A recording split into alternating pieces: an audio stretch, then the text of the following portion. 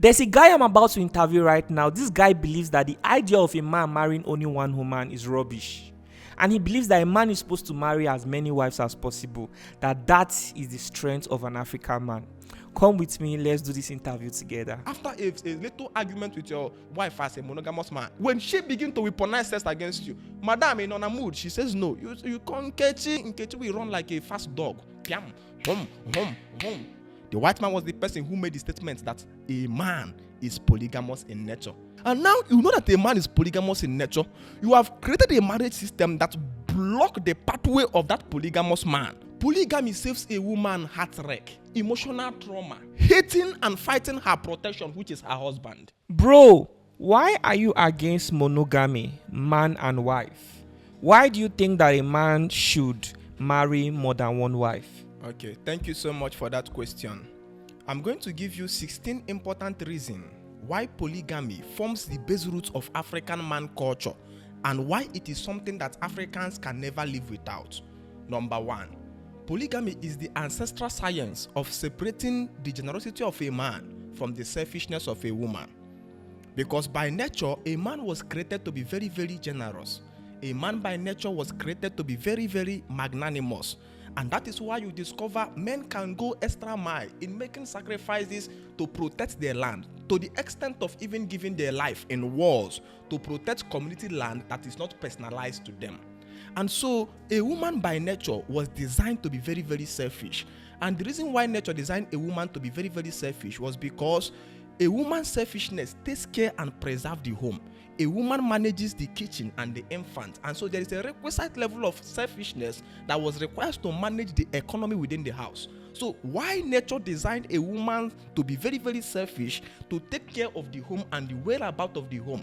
Nature created a very, very magnanimous man to take care of the home and the society. And so you don't patch the two of them to become one. When you mix selfishness and generosity, you will discover selfishness of the woman is going to swallow the generous man. And that was why the Bible says that two shall become one. Because when two becomes one, it simply means that one person have eliminated the other. So polygamy in Africa, first, is the science of separating a generous man by the selfish competition of a selfish woman. And how do we do it? By reintroducing another second or third woman in the house. Because you find out today that if there is one man and there is one woman in the house, there is almost the girl seeing the man as somebody that I'm going to compete with. And unfortunately, a man cannot compete with a woman, because when a woman fights a woman, both women live to fight another day. But when a woman fights a man, the woman survives and the man dies. This is natural, because by natural default, selfishness will always swallow magnanimity. So to separate that selfish woman from that competition of a generous man, we reintroduce a second or a third or a fourth wife in that family. What it now does is that it provides the woman her fellow women to compete with. Because when a woman unleashes selfishness, she will see an equal responsive stimuli from her fellow selfish woman. But when she unleashes this selfishness to this particular magnanimous man, the man cannot try to resist, because in the man's resistance, the selfishness will be swallowing the man. So, number 1, it is an ideology of neutralizing competition between a man and his wife. Because by nature, women compete a lot. A woman brags that she bought a bag, 15 million naira. And she's the only one that have that bag in the street where she's living in Abuja. Man doesn't care. A man want to buy a car, maybe 30 million, and riding on the road, he want to see fellow guys driving the car, and he have no issue with it. A woman brags that she's wearing a wig that no other person in the village is wearing. And so when those competitions, when those selfishness is coming out, the easier person that she can compete with in that family is her fellow women. And so making available women, multiple wives in the house, is a way of separating the man from the selfish competition of that woman, which the man can never fight the game, because the man was created to be very, very magnanimous, while the woman was created to be very, very selfish. So polygamy introduces a fellow competitive selfish woman for her in the house, now separating the man as the leader of them. Number 2, Polygamy is the ancient system of bringing completely the impulsive woman under the control of the logical man. There are two forces that sponsors our actions every day. One is the impulsive force, and the second is the logical force. The impulsive force is the hormones in our body that sponsors immediate actions. And then the logical senses is those ones that processes information before acting. By natural design, a woman is designed to be very, very impulsive in nature. Impulsive in nature here means a woman acts and then a woman sits to think after acting. A woman acts immediately she's angered. For instance, you can just offend the woman here now, your wife, and the wife will come out and burn your car. And then she set your car on fire, and the next thing, your son starts being sick. You now discover your son is sick in the midnight, and this car she set on fire is the car that is supposed to be used to convey your son to the hospital. She starts being regrettable. So her action was wired to be very, very impulsive. Act and think after acting. But a man was designed by nature to be very, very logical. Logical means a man processes information. A man thinks and then acts after thinking. And so the one who is supposed to be logical is that one who takes responsibility. A man is logical because the consequences of every decision made in that family will eventually come back upon the head of that man.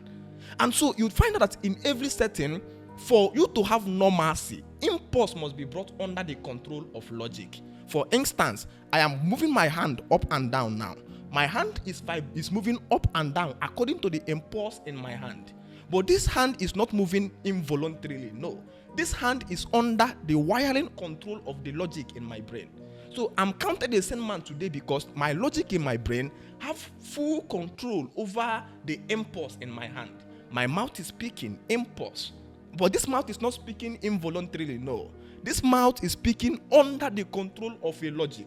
And so if you see somebody that they say is a madman, the first symbol you will discover is that a madman, the impulse in his body is not in resonance with the logic in his brain. They now say that person has gone mad. So a woman being very impulsive in nature, the only system by which that family can attain peace and stability is that impulsive woman is wired completely under the control of that logical man.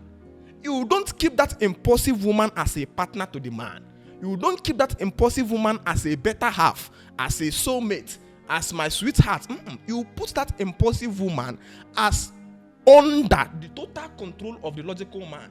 That today we have a situation in our family where a man is making decision in the house and the wife is asking her whether you've consulted me. It's because we have gone in a family to keep impulse as partner to logic. Impulse don't partner to logic. Imagine my leg want to cross main road and my brain says stop, pause. And my leg is asking my road, why should I stop? You have to explain to me why I should stop before I stop. What we understand is that my leg, the impulse in my leg is about to lead me to crash and madness. So today, what we have in Africa is that the impulsive woman have gone to be a partner to the logical man. And that such madness ensued in every of our family system. And how do you bring this impulse under the control of the logic? Number one, you have to reintroduce a second and a third wife there. Once a second and a third wife comes in that family, what it does is that it automatically differentiates the man from that man, because a man remains equal with his wife until the man add an extra wife. Because it is a relationship between a CEO and the workers in the company. As long as a CEO only have one worker, that CEO and the worker is almost an equal, because there is an enormous, the worker, they don't even see that the CEO have ability to add more workers here, but the worker have no right to add more CEO. So immediately you bring more women in that house, you automatically start being easy to define ownership, because the fundamental reason of why we have family issues in monogamy is that ownership is not defined. And the base root of polygamy is gender segregation and ownership. If a woman was able to understand that my husband owns me, my husband dictates for me things I should do, we are not in competition, we are not a partner, we are not a soulmate. He is my Lord, he is my king, and I'm the subject of the king. What he does is that the man now starts putting the impulsive woman under the total control of the logical man. And how that man achieve this is for the woman to understand that this house is owned by the man, and the man owns me and everything I have. I am like a bird that comes under this tree to reproduce children. My greatest obsession or happiness is in seeing that I'm giving birth and my children are growing under the tree of the protection, which is the man. So for us to wire this impulsive woman under the logical man, we have to introduce a third party. A third party is a neutralizing force of the woman's selfishness or competition or thinking that that man is equal. A man remain equal with his wife until that man add an extra wife. That extra wife is a separation factor, because the difference between monogamy and polygamy is gender segregation. It's not always about multiple wives, it's about gender segregation. Number 3, the reason why we practice polygamy in Africa is that polygamy is the only guarantee of all African women inheritance in a husband place. Because if you watch Africa today, we practice masculine culture. For instance, if you come to Enugu State, let's say the total land mass of Enugu State is 200,000 plot of land. And I can tell you today, in all honesty, that the whole 200,000 plot of land of Enugu State was shared among all the men of Enugu State. None of, if not even one plot, was given to a woman as an inheritance. And let's say in the whole of Enugu State, there are a total of 10 million people. And in these 10 million people, there are a total of 7 million girls and 3 million boys. By nature, this is how nature makes it. And later I will explain to you why nature have always made women to be more populous than men in the society. 7 million girls, 3 million boys. Meanwhile, the whole 200,000 plot of land in Enugu has been shared among all the 3 million boys. And then the other 7 million girls will go home to ask their father, why was I not given land? I'm your daughter. I deserve the same exact treatment. And all their fathers is going to give them one answer: you will marry, you will get a husband. So assurance of a husband is the base root of denial of landed property to these women. Therefore, any man who has gone to partake in land sharing, where men are given land and women are not given, have taken an oath of covenant that is going to practice polygamy, that guarantees that every woman in that community must find a husband that is going to shelter them with land and their children. So this forms the base root of our culture, that any man who has partaken in communal land in Africa, where men are given and women are not given, have assured that he is going to make sure, it's a vow and a covenant, that all women in that community are married, and the land we collected is used to shelter them. This is the first origin why inheritance runs in men in Africa. And the reason is because we know that women cannot manage land. A land is not something you manage with emotion. A land is something that can be managed by only a man who is logical, who is ready to fight and defend for it. So we give the land in the hands of men, and the men vow in all honesty to wire all women and guarantee that they all get husband. The problem began when African man have gone down to his village and shared all the community land among themselves without giving women, and then come back and began to preach monogamy. That African man has begun a war that will kill him. For instance, I have a friend who is an only son, and the father have 4 other girls. A very wealthy man. The man have more than 80 plot of land in Enugu State. The day the man died, the whole 80 plot of land was willed to that young boy. And the girls didn't inherit anything. And this guy that collected 80 plot of land will stand up tomorrow to go and start preaching monogamy, where he's now bringing an ideology that will devoid other young ladies in that house who never collected a land the privilege of getting husband.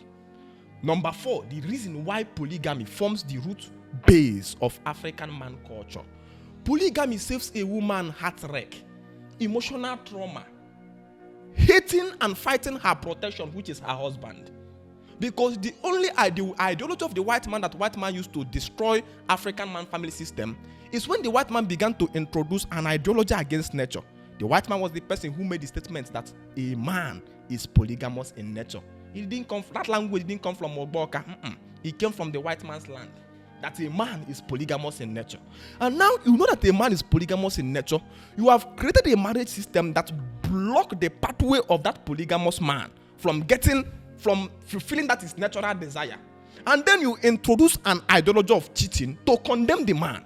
So the one who introduced an ideology of the cheating is the real criminal by trying to block the pathway of the nature of the man and terming the man a criminal. Follow me carefully. So the ideology began that the white man wanted to cause self-hate from a woman against her own protection. And so the ideology that they began to bring ideology to condemn man. So they began to wreck her peace. Hey, your husband is cheating on you. Days are then when our grandmothers help our grandfathers to get a second wife. Like, I live in the days where we see our grandmothers suggesting to our fathers that this my friend, she haven't gotten a husband. Can you bring in her home? You see the happiness, the passion, the joy she's using to do it. And then there is peace. There is no obsession of anybody's side chick. That's emotional that she's cheating, because all this fight always starts on cheating and all of that. So it saves a woman emotional trauma and saves her from fighting her only protection, because the real protection a woman have is her husband, whether she likes it or not. And that is why you see many of them, even when they leave that their husband, they still want to retain the man's name.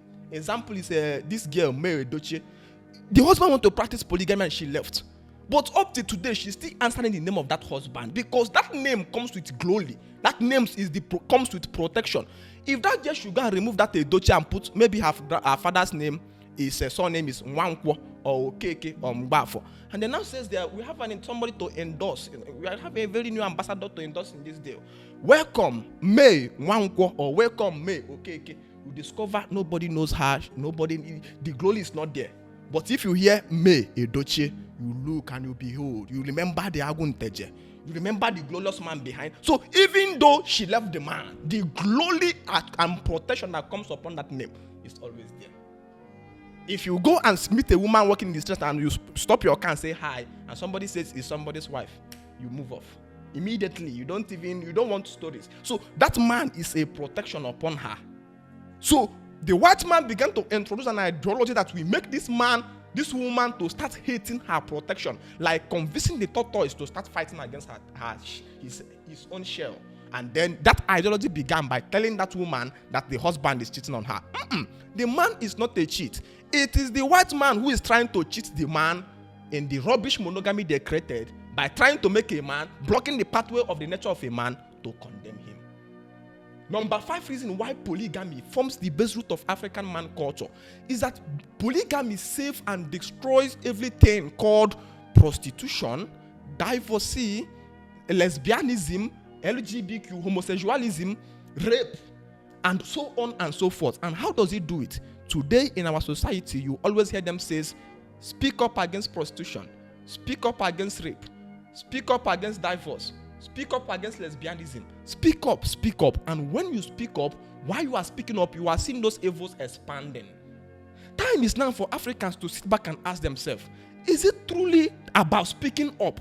Or is this thing actually the fruit of a particular tree that we planted by deviating from the ancient truth our ancestors enacted? Because we know in the days of our ancestors, nobody was preaching against prostitution. What was the ideology? Every woman was shaped under a man. Prostitution starts when we began to have young ladies that are unmarried. That is number 1. Number 2, nobody was preaching against rape or sexual immorality. Because every young girl was already eating it the way, if you want it in the morning, the husband is there in the morning. If she wants it in the afternoon, there are varieties. So the man is satisfying himself. And then you look at it, you discover today why you destroy that pathway. You now planted a tree that is bearing all these type of issues, LGBTQ, divorce, rape, and so on. And then while you are bearing those fruits, you are now preaching against it, because the Western system operates on initiate action and fight the reaction. When you create problem, you make yourself relevant by solving the problem you created. In the days of our ancestors, there was never anything like called marriage counselor. Nobody was counseling marriage, because you don't teach a man how to marry his wife. The guiding light of a man is his instinct. All you have to do is to activate the instinct of the man. So today, everybody is now forming marriage counselor, because the pathway of nature has been destroyed. And when you take people away from the pathway of nature, you begin to make yourself available by teaching them how to live outside the natural code of survival. So the things we preach against, the divorcee we preach against, the marriage school you go, All the things the more you do it, you discover you are expanding, because you are only fighting the fruit while watering the tree. The tree is monogamy. The fruit is all evil that I just mentioned. The day we cut down that evil tree called monogamy and return back to polygamy, automatically we retake back our society that was once full of morality without being preached. Morality is not preached. The base root of morality is builded. We build morality, we don't preach morality. When people preach morality, evil continues to expand in our society. I've given you number 5 reason, right? Number 6 reason why polygamy forms the base root of African man culture is that polygamy by nature creates chronological leadership and relationship between a wife and the mother-in-law. Today, one of the fights we discover that is happening in monogamy is that an average mother-in-law have a biased negative mindset against an average wife has a biased negative mindset about the mother-in-law. True. Thinking that the mother-in-law is there to poison the mindset of the son against her.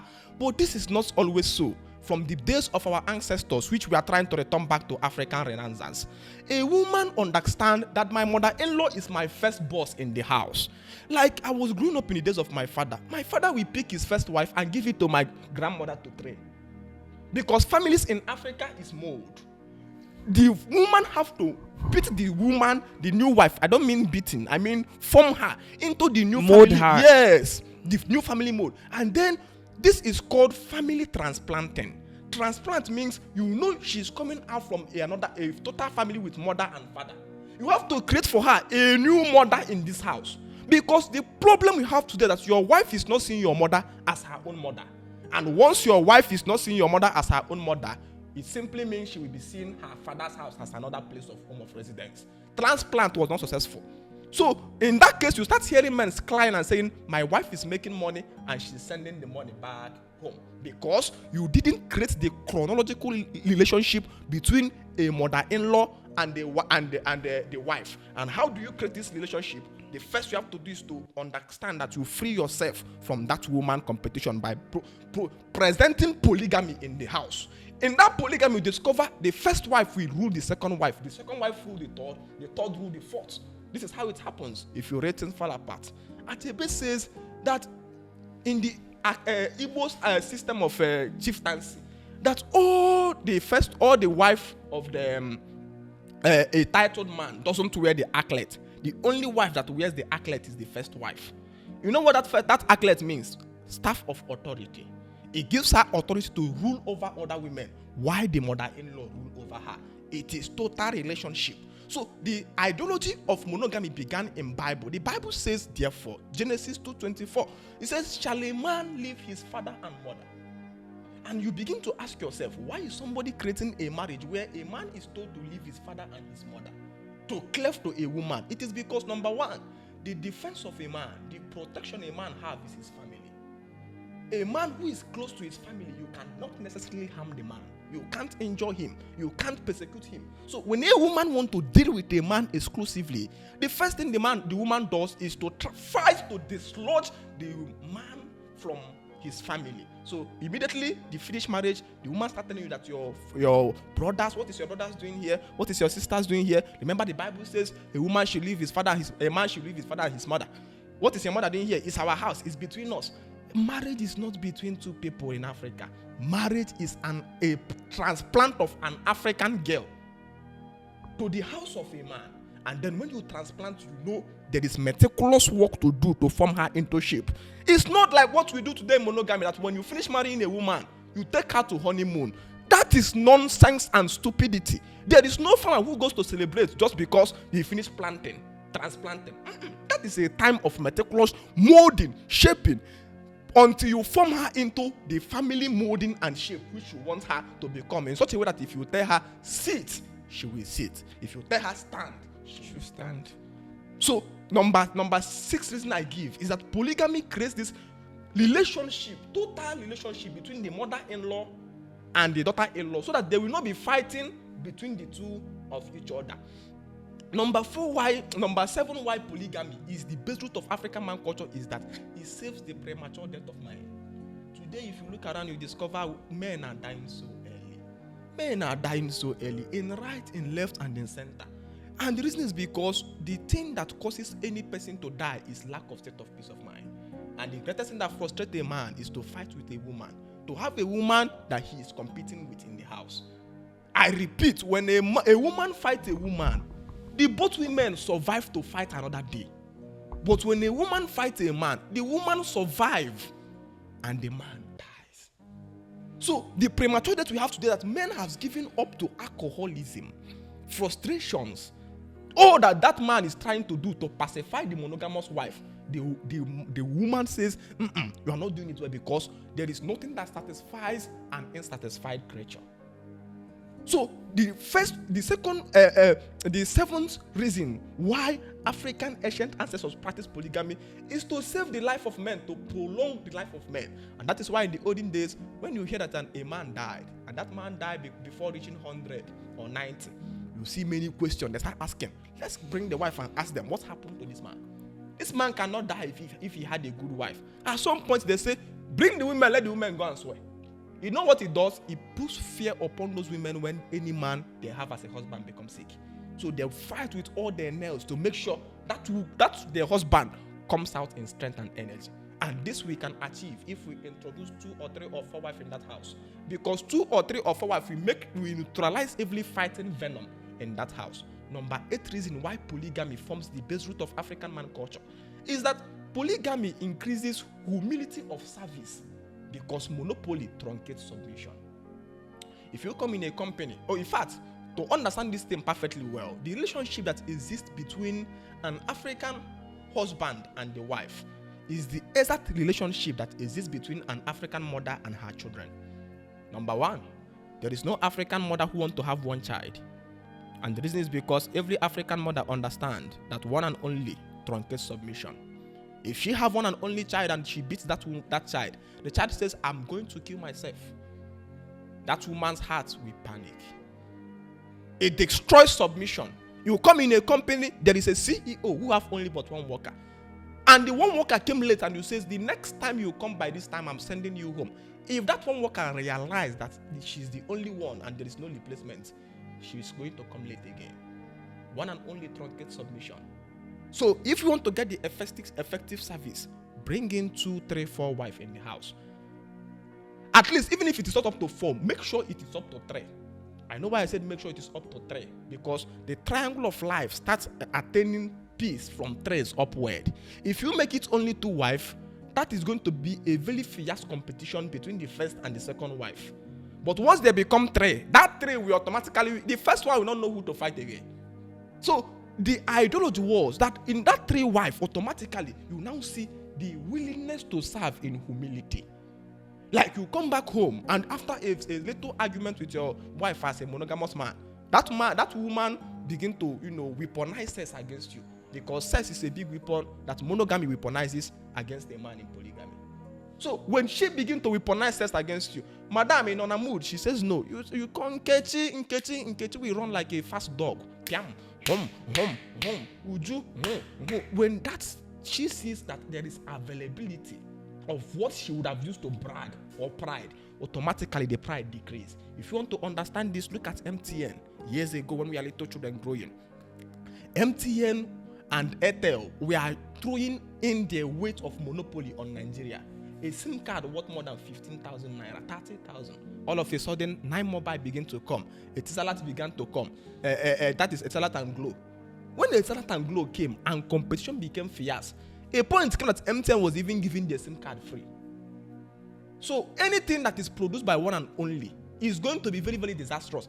Even if it is ordinary POS, if there is only but one person doing POS in your street, if you see the kind of guy that person will be doing to serve you, because that person will be big charge, because that person knows there is no other place you can easily get that services. So the parameter of getting service at the effective and cheaper rate is to have more people doing that thing you are doing.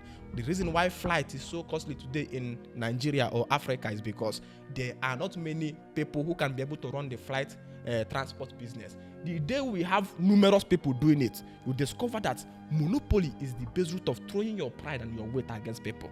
And so if you want to get effective humility of service from your wife, the origin should be that there must be 2 or 3 wives in that house. Once it comes, her fighting venom drops. No matter how stubborn a woman is, once a second and third wife enters in that house, her fighting energy neutralizes. The number 9 reason why polygamy forms the base root of African man culture is that polygamy saves our children from single mother parenting or single father parenting. One of the greatest tragedy hitting Africans today is being raised either by a single parent or without a parent at all. And then you find out that number one, a boy being raised by a woman will always grow to start behaving like a woman. And our people will say, a woman doesn't train a child, because you find out that there are as that boy is growing, it comes to a point where at adolescent age, the woman began to lose grip of control upon the young boy. And then it is only at that point that that young woman can be saying, I will report you to your father. I will tell your father if your father comes back. And then the voice of the father is always very different, of control and command in the house.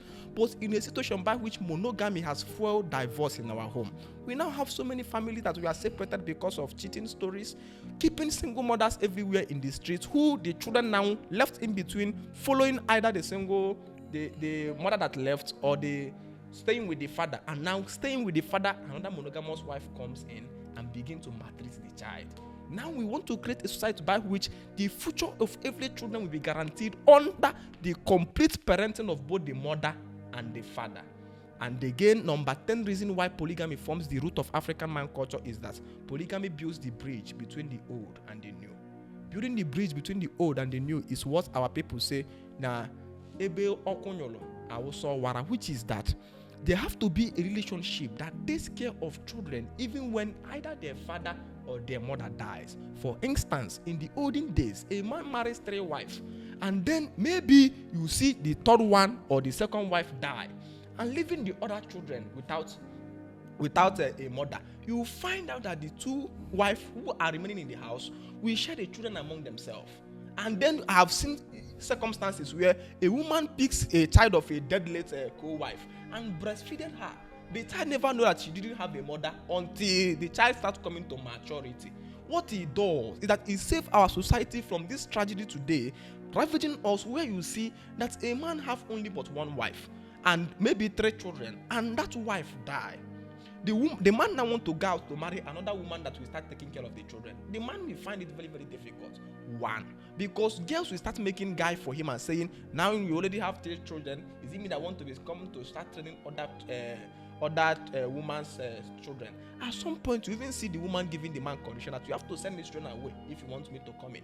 And as such, many children has been subjected under home violence, maltreatment, difficulties of life, because they lost either their mother early in life, or in a situation by which in polygamy, when a man die and the wives are still fresh and young, you don't leave those women unmarried. You find the junior brother of that man to remarry those women, because they know that that woman and the children still need emotional care and the sexual care and every care a woman deserves, and the children deserve a father to be upon their head.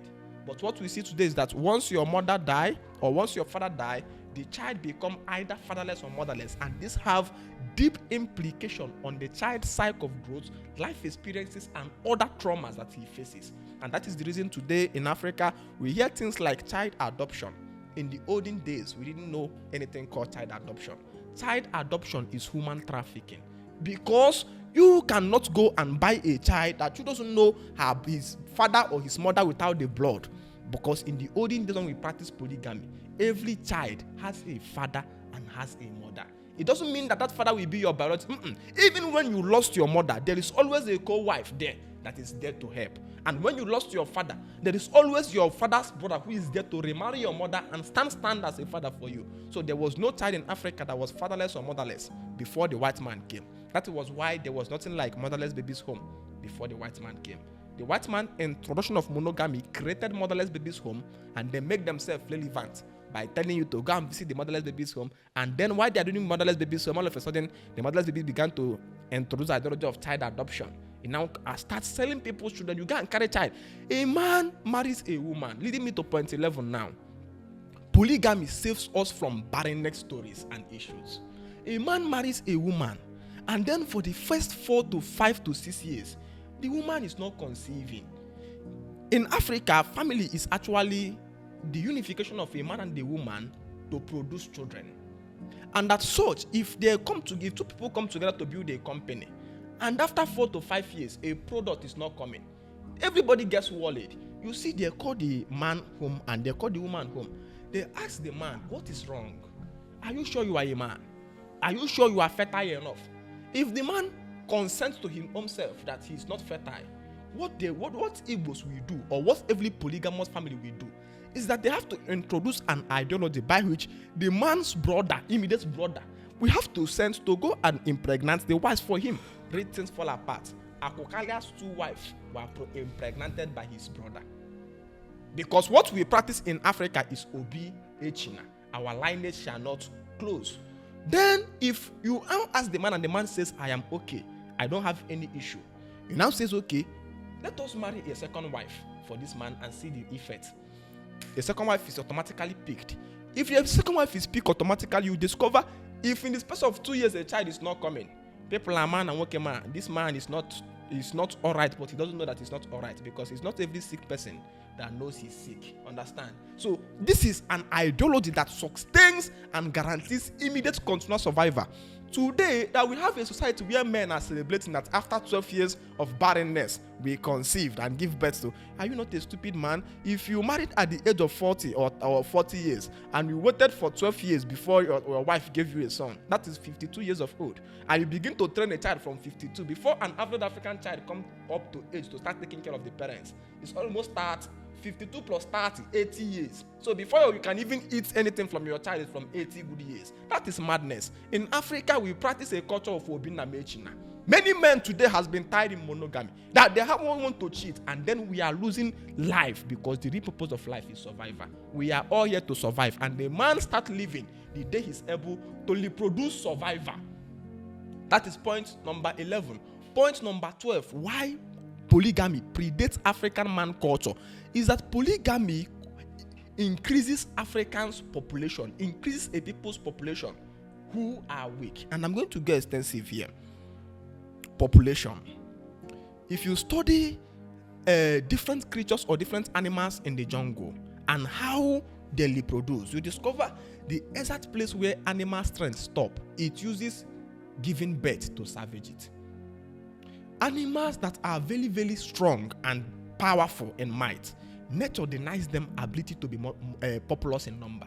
For instance, the elephant, it takes an elephant 18 good months to just bring out one baby. And again, you see the lion, you see the tiger. These animals takes long before they give birth. And they give birth 1 or 2 or highest in 3 or 4. But then when you look at the weak, vulnerable fish in the river, the fisherman is going to come and kill fish. The fishes in the river is going to swallow fish. Eagle is going to come and pick fish. Many attack on fish. And the fish doesn't have defense against himself, against the predator. What advantage did nature give fish? When fish want to reproduce, fish reproduce in 40, 80, 100. Ask any person who is rearing fish. The weakness to fight is savage with population. Why did your ancestors survive Biafran war and slavery? It was because during slavery, there is Mazi Okeke with 3 wives and 28 children. The white man enters into his house and takes maybe 10 children. Mazi Okeke still have 18. So we fought Biafran 1, 3 million Igbos were killed. And we are still surviving. It's because of that population that we have used to savage the place where our strength stopped. So that even when you continue killing us, we will still continue to survive. Balance will still be there. So when the white man came into Africa, what they began to target is population. Population. They began to target population. That's why today you want to get married. And the church will come and do you test. The test they are doing you is, are you sure you are not pregnant? Not even, are you sure that you are a virgin? The interest is, are you sure in pregnancy? Because it is all about the population. They want to depopulate the society because a well-populated Africa is a threat to the defense of the West. Because when the buffaloes are moving in packs, even the lions becomes afraid. So population increase is a system by which the weak species used to salvage their vulnerability, and polygamy guarantees this population to us. However, in case of where we need population regulation, Like today, you come to Lagos, you see that we are populated in Lagos, understand? If we need to control population, then we look at China. China practice polygamy.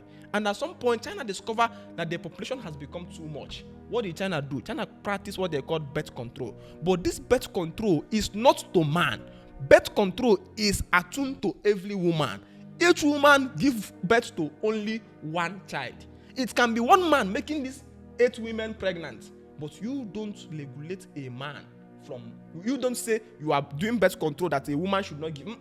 Any ideology that you bring that will keep a woman not to have child is disastrous, because the joy of a woman is in her child. Our people says now, what gives a child happiness until a woman carries her own child, that woman is never going to be happy.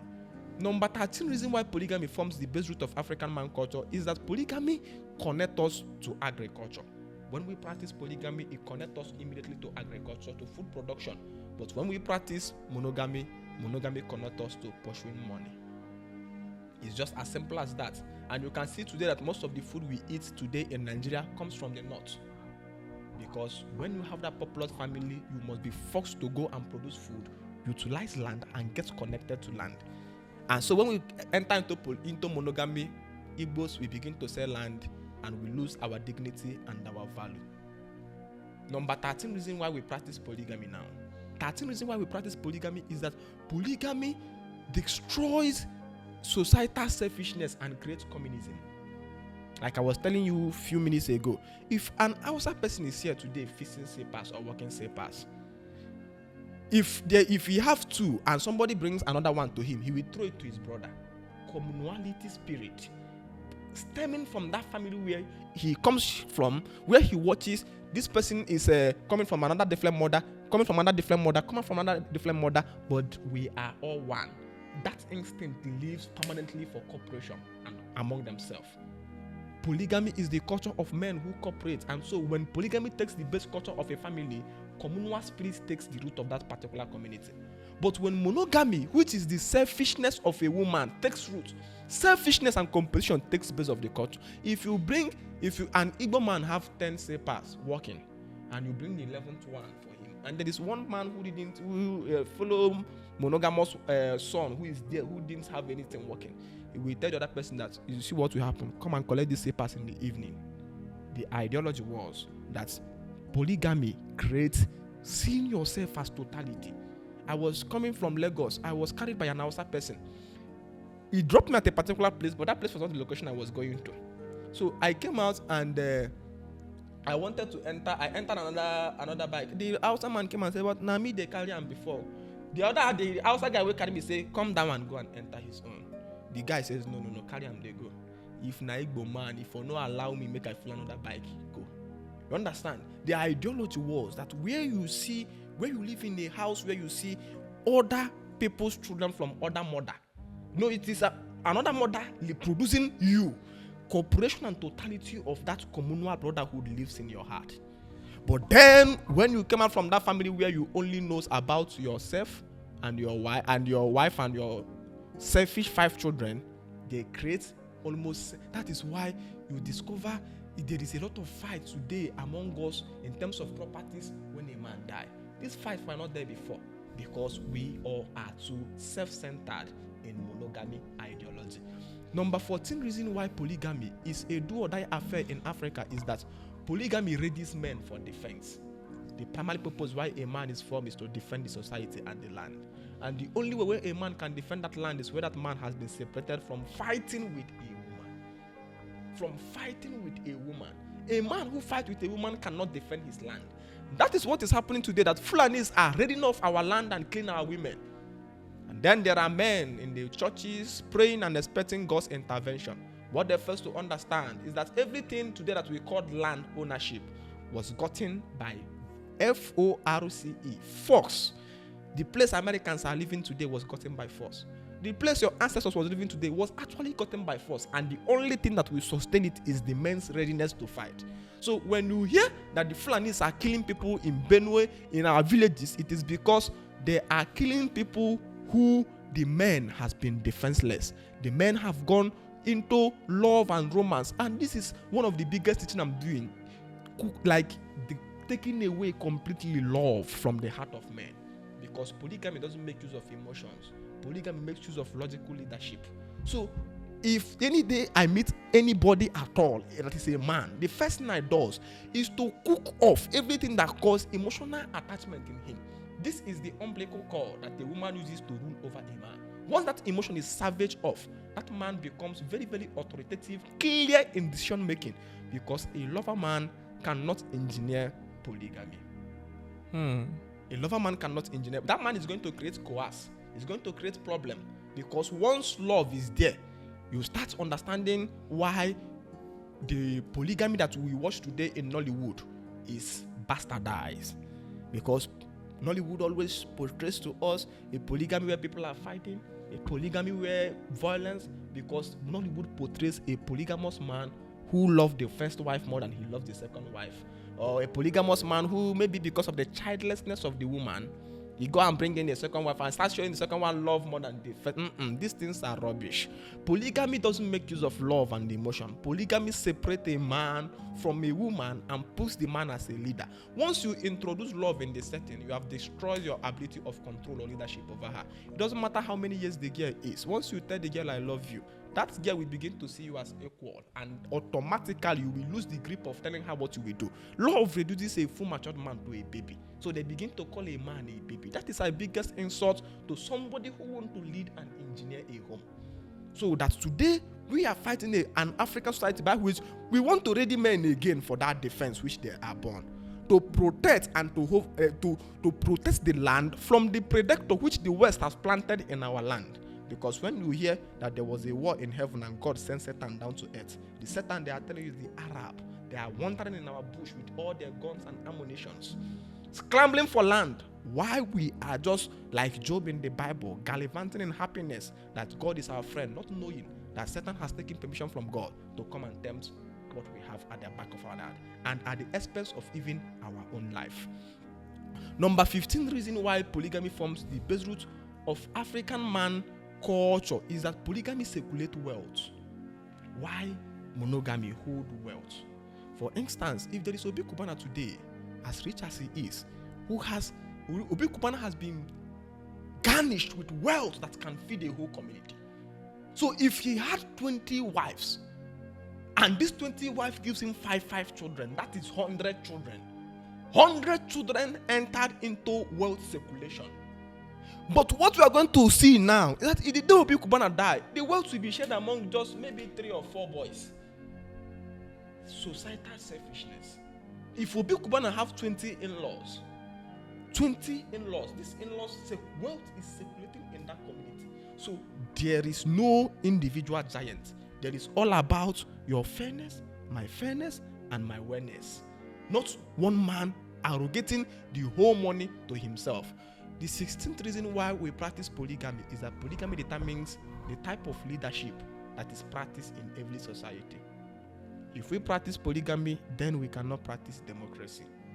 Because democracy is the leadership that divide a people before selecting a leader for them.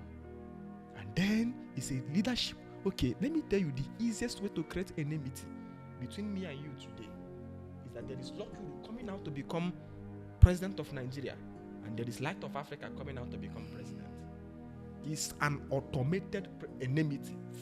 And this is what we have not understand, that system of government founded to us by enmity, we permanently run on enmity and division and competition. That's why if you go to the Hausa land, you discover in the Hausa land they don't practice democracy.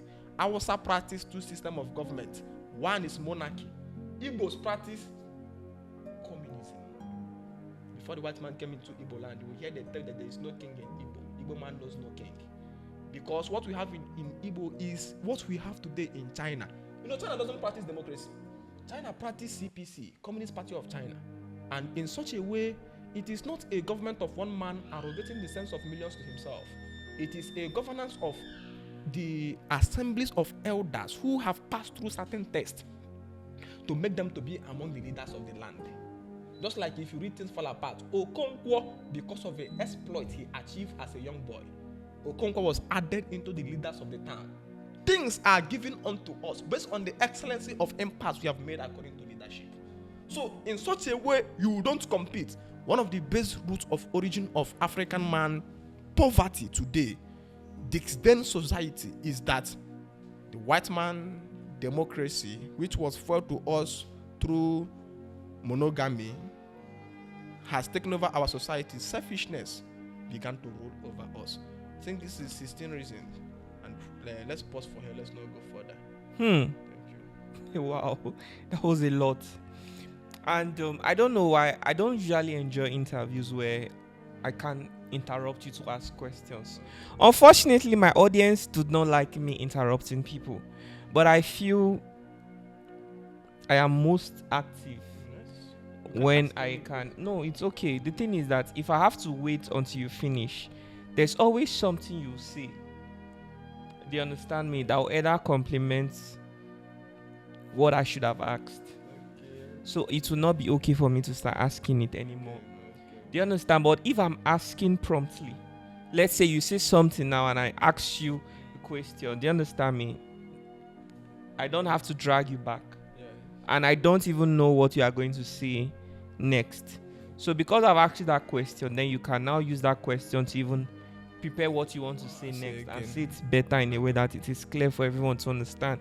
But I don't know why people don't like me interrupting. They say I interrupt too much. And to be honest, I watch a lot of interviews and there's nobody that doesn't interrupt to ask questions. But I never objected to any interruption. No, I mean people. Okay, people. So personally, yeah, and they say it a lot and it bothers me. But you know that sometimes when somebody is talking, especially when that person is not a fluent speaker, they always have this thing in mind that they want to unleash, and once you stop them midway, they tend to lose that locus. Yeah, exactly. But I don't even stop people midway. I just find a pause, or then I just put in my question. But the people who watch, they don't like it, based on what the comments that I've seen. So because of that, sometimes I just sit here, I just listen, and to be honest, I don't know how long I can keep with it, to be honest. I'm saying it now because I had so many questions to ask this man. But because some of you are always saying this, it's confusing because I can't see myself. People are the ones watching me, so I don't even know what it feels like from a different perspective when I ask these questions. So sometimes after seeing this comment, I just say, okay, I give up. Maybe I should just ask only one question and the person should just continue like that till the end. But I always prefer where it's interactive. I can ask my question, I can complement it with my own opinion. Do you understand me? Yes. And it is interactive. I don't know if you understand me. Yeah. So, young man, you've said a lot of things and I cannot go back to start thinking of all of the questions I should have asked. Please indicate in the comment section what you think about this young man's opinion. Although what I was expecting was some of the things you said in the ending was something that I should have expected you to have said in the beginning. Like when you talked about this transfer of wealth, it was a very interesting opinion. You understand that polygamy, it spreads wealth, and that is really it's thoughtful. It makes sense to me. Then there was something else you said too, that a man is a protector. There were so many interesting things you said anyway. I'll leave it to my audience to, this is for you. Indicate in the comment section and let me know what you think about this man's opinion. Do you think polygamy in Nigeria should be encouraged, or should we all stick to monogamy? Please let us know. And young man, are you planning to be a polygamous man? I already have my first wife, planning to add second next year. Jesus, you're married? Yes, now. Are you serious? You think I'm joking? I have my first wife. And you're 25? In the olden days, I should have had the two now. If I'm doing well. So what do you do for a living? What did I tell you I come to Lagos to do? I know, but when I interviewed you the first time in 2024, right? I was doing POS then.